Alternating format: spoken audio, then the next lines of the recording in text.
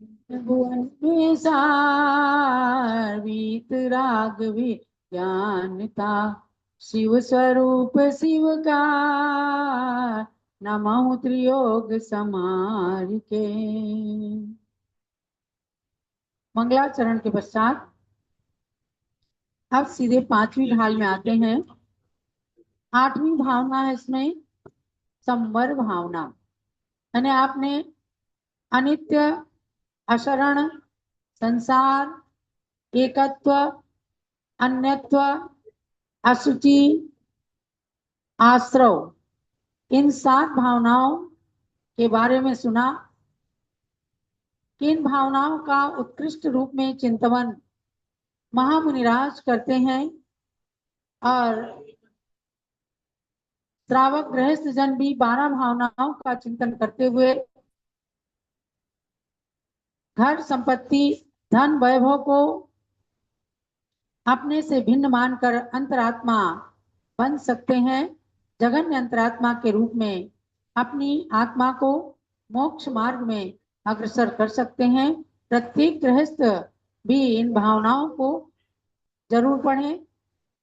छठाला की 5वीं ढाल में है और वैसे भूधर दास जी की 12 भावना है। राजा, राणा, छत्रपति, हातिम के असवार, मरना सबको एक दिन, अपनी अपनी बार, ऐसे करके पूरे दोहे में छोटी सी 12 भावना है।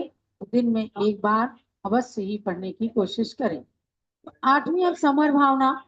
आश्रम भावना में आपने जाना कि कर्मों के आने के द्वार को आश्रव कहते हैं और वही आश्रव आकर के आत्मा के साथ मैत्री करके बंद कर लेते हैं तो वो बंद अवस्था कही जाती है। इसमें बंद नाम की कोई भावना नहीं है। आश्रव भावना में ही बंद को समझ लेना और अब संवर भावना का लक्षण कहते हैं। जिन पुण्य पाप नहीं कीना, आत्म अनुभव चित दीना, इनही विधि आवत रोके, संवर लई सुख अवलोके। संवर का मतलब क्या है? आते हुए कर्मों को प्रयत्न पूर्वक रोकना। तो जैसे ही नाव में अगर छेद हो जाए तो छेद को बंद करने से नाव में पानी का आना बंद हो जाएगा। इसी प्रकार से आत्मा में जो कर्म आ रहे हैं उनको तपस्या से, परिचय आदि से सहन करके और उन आते हुए कर्मों को रोकना, यही संवर है। तो जिन पुण्य पाप नहीं कीना, यहाँ महामुनियों की बात है।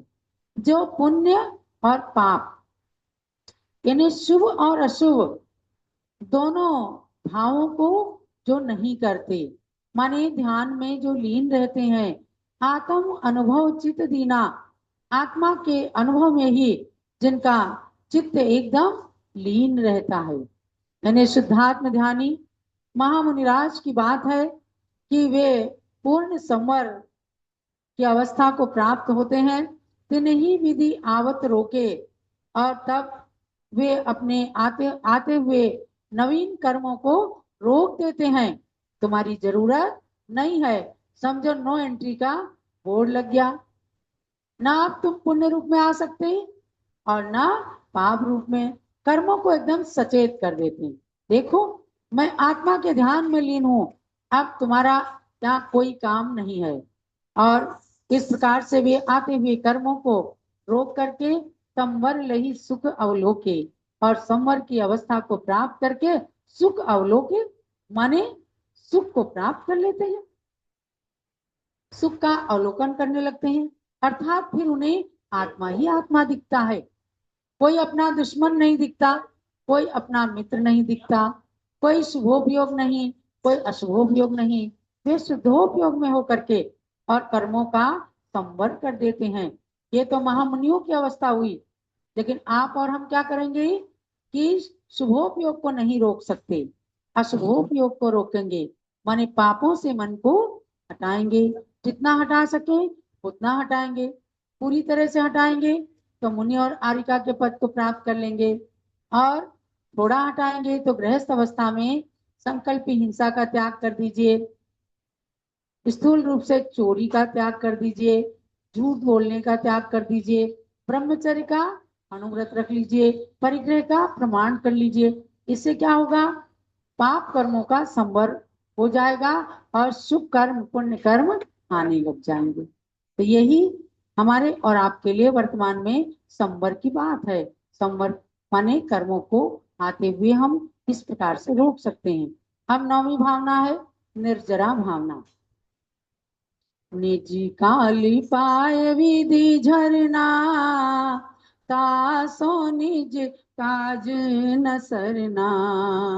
तप करी जो कर्म खिपावे, सोई शिव सुख दर्शावे।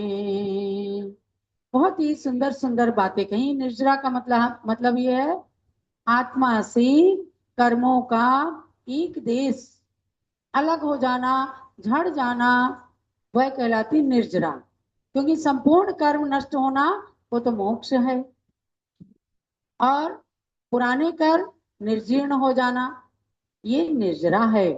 तो निज काल पाए विधि झरना, अपना काल पूर्ण करके कर्म जाते हैं, नष्ट होते हैं।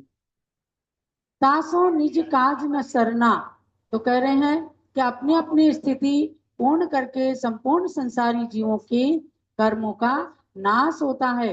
इसको कहते हैं सभी पाक निर्जरा। यानी जैसे आम पेड़ पर पक गया तो गिर जाएगा, इसी तरह कर्मों ने अपना फल दे दिया तो झड़ जाएंगे। इसको कहते हैं सविपाक निर्जरा।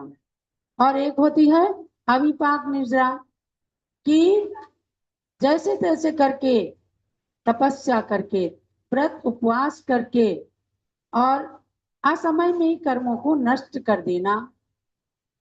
बुखार आया, एक तो वो अपने समय से जाएगा, और एक आपने अच्छी पावरफुल दवाई लेकर के और जल्दी से बुखार को दूर कर दिया और अपने काम पर चले गए तो बुखार खत्म हो गया। भले ही वो बाद में उखड़ सकता है, आ सकता है दवाई का समय समाप्त होते ही, लेकिन एक बार आपने बुखार को खत्म कर दिया। इसी प्रकार से जो कर्मों का बुखार है, अपनी स्थिति उसकी समाप्त नहीं हुई है, उससे पहले ही हमने अकाम निर्जरा तपस्या से कर दिया या संयम के द्वारा कर दिया, तो वह अविपाक निर्जरा कहलाती है। तप के द्वारा कर्मों का नाश किया जाना अविपाक या सकाम निर्जरा है।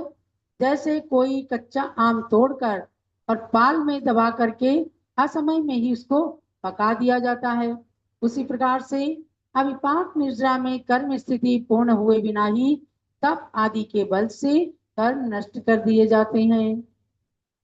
ये सकाम निर्जरा तप के द्वारा कर्मों का एक देश स्थिर जाना ही मोक्ष का सुख प्राप्त कराती है। तो कह रहे हैं तप करी जो कर्म खिपावे, सोई शिव सुख दर्शावे।